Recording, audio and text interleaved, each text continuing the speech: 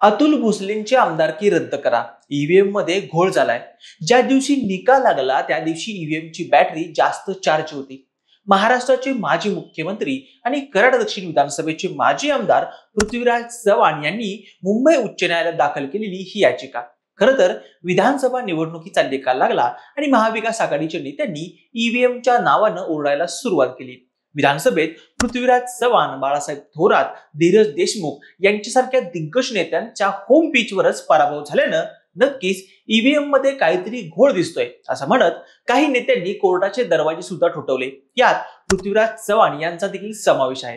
पृथ्वीराज बाबांनी सुद्धा भाजप उमेदवार अतुल भोसले यांच्या विजयात ईव्हीएमचा हात आहे असं म्हणत मुंबई उच्च न्यायालयात धाव घेतली. पृथ्वीराज चव्हाण यांनी याचिकेत नेमकं काय म्हटलंय, अतुल भोसलेंची आमदारकी रद्द होऊ शकते का, त्याचाच घेतलेला हा सविस्तर आढावा. हॅलो, मी ओमकार आणि तुम्ही पाहताय हॅलो महाराष्ट्र. विधानसभेत महायुतीला तब्बल 232 जागांवर विजय मिळाला तर महाविकास आघाडीचं अवघ्या 49 जागांवर पाणीपत झालं. कधी नव्हे ते महाराष्ट्र विधानसभेचा निकाल इतका एकतर्फी लागला.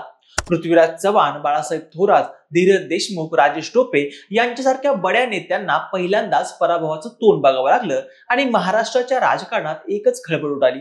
हे नेमकं असं झालं कसं? इतका वन साइड निकाल नेमका लागला तरी कसा? त्याच्या चर्चा गल्लीपासून ते दिल्लीपर्यंत सुरू झाल्या आणि ईव्हीएमचा घोळ या 3 शब्दांवर येऊन थांबल्या. माळशिरस मतदारसंघात सुद्धा मरकडवाडीच्या नागरिकांनी ईव्हीएम वर आरोप केला होता. त्यातच आता पृथ्वीराज चव्हाण यांनी सुद्धा ईव्हीएमच्या विरोधात मुंबई उच्च न्यायालयात याचिका दाखल करत कराड दक्षिण विधानसभा मतदारसंघात ईव्हीएम मध्ये कसा घोळ करण्यात आलाय याबाबत सुद्धा माहिती दिली आहे.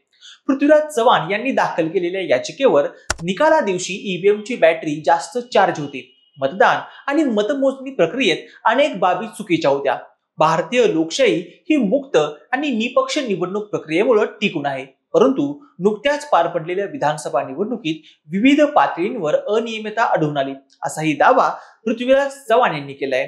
निवडणुकीच्या काळात विरोधी पक्षाच्या उमेदवाराच्या समर्थकांकडून झालेल्या गैरव्यवहाराचे मुद्दे निवडणूक आयोगाकडे अनेक वेळा उपस्थित केले.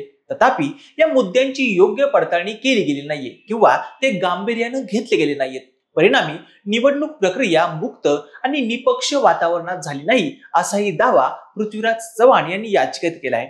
दिवसभर मतमोजणी करूनही ईव्हीएमची बॅटरी जास्त उतरलीच नाहीये. त्यामुळं असं कसं होऊ शकतं असा सवाल करत अतुल भोसले यांची आमदारकी रद्द करण्यात यावी अशी मागणी पृथ्वीराज चव्हाण यांनी मुंबई हायकोर्टात केल्याचं बोललं जात आहे. पृथ्वीराज चव्हाण यांच्या याचिकेवर येत्या 24 जानेवारीला सुनावणी होणार आहे. मुंबई उच्च न्यायालयात नेमका कोणता निर्णय देतंय आता याकडे कराड दक्षिण विधानसभेच्या जनतेचं लक्ष लागलेलं असेल. पृथ्वीराज चव्हाण यांनी यापूर्वीही ईव्हीएमच्या मशीनवर जनतेचा विश्वास राहिला नाहीये असं देखील मत मांडलं होतं. तसंच निवडणूक आयोगानं ईव्हीएम मशीन तपासणीसाठी दिल्या पाहिजेत. आंतरराष्ट्रीय समितीकडून तपासणी करून घेतली पाहिजे. ईव्हीएम मधील मशीन हातात भेटलं पाहिजे. त्या मशीन मध्ये काही गुप्त कोड आहे का याची सुद्धा तपासणी झाली पाहिजे.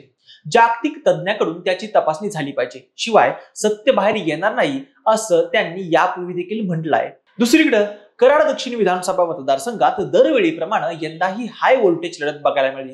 निवडणुकीपूर्वीच राजकीय आरोप प्रत्यारोप, अतुल भोसले यांच्या कार्यकर्त्यांचा पैसे वाटपाचा व्हायरल झालेला व्हिडिओ, राजकीय सभा आणि रॅलीनं कराड दक्षिणचं वातावरण चांगलंच गरम झालं होतं. पृथ्वीराज चव्हाण हे यापूर्वी 2014 आणि 2019 अशा दोन्ही वेळेस बहुमताने विजय झाले होते. मात्र यंदा त्यांचा जवळपास 40,000 मतांनी धक्कादायकरित्या पराभव झाला. अतुल भोसले यांनी पहिल्यांदाच कराड दक्षिण विधानसभा मतदारसंघामध्ये कमळ फुलवलंय. लाडकी बहीण योजना, भाजपचा राज्यभरातील झंझावात आणि सहकाराच्या माध्यमातून केलेली कामं या जोरावरच अतुल भोसले हे पहिल्यांदाच आमदार झाले. तर दुसरीकडे ग्रामीण भागाशी तुटलेला जनसंपर्क, महाविकास आघाडी विरोधी वातावरण आणि काँग्रेसची ढासळलेली इमेज याचा फटका पृथ्वीराज बाबांना बसल्याचं बोललं जातंय. मात्र तब्बल 40,000 मतांच्या आसपास पृथ्वीराज बाबांचा पराभव झाल्यामुळं सगळ्यात आधी शंका घेतली जाते ती ईव्हीएम वरच. आता खुद्द पृथ्वीराज चव्हाणांनीच ईव्हीएम वर उच्च न्यायालयात धाव घेत अनेक गंभीर प्रश्न उपस्थित केलेत. त्यामुळं कोर्ट आता काय निर्णय घेणार हे बघायला हवं. बाकी तुम्हाला आमचा व्हिडिओ कसा वाटला ते मला कमेंट करून नक्की कळवा. अशाच नवनवीन आणि माहितीपूर्ण व्हिडिओसाठी आमच्या हॅलो महाराष्ट्र या चॅनलला लाईक, शेअर आणि सबस्क्राईब करायला विसरू नका. व्हिडिओ शेवटपर्यंत पाहिल्याबद्दल धन्यवाद.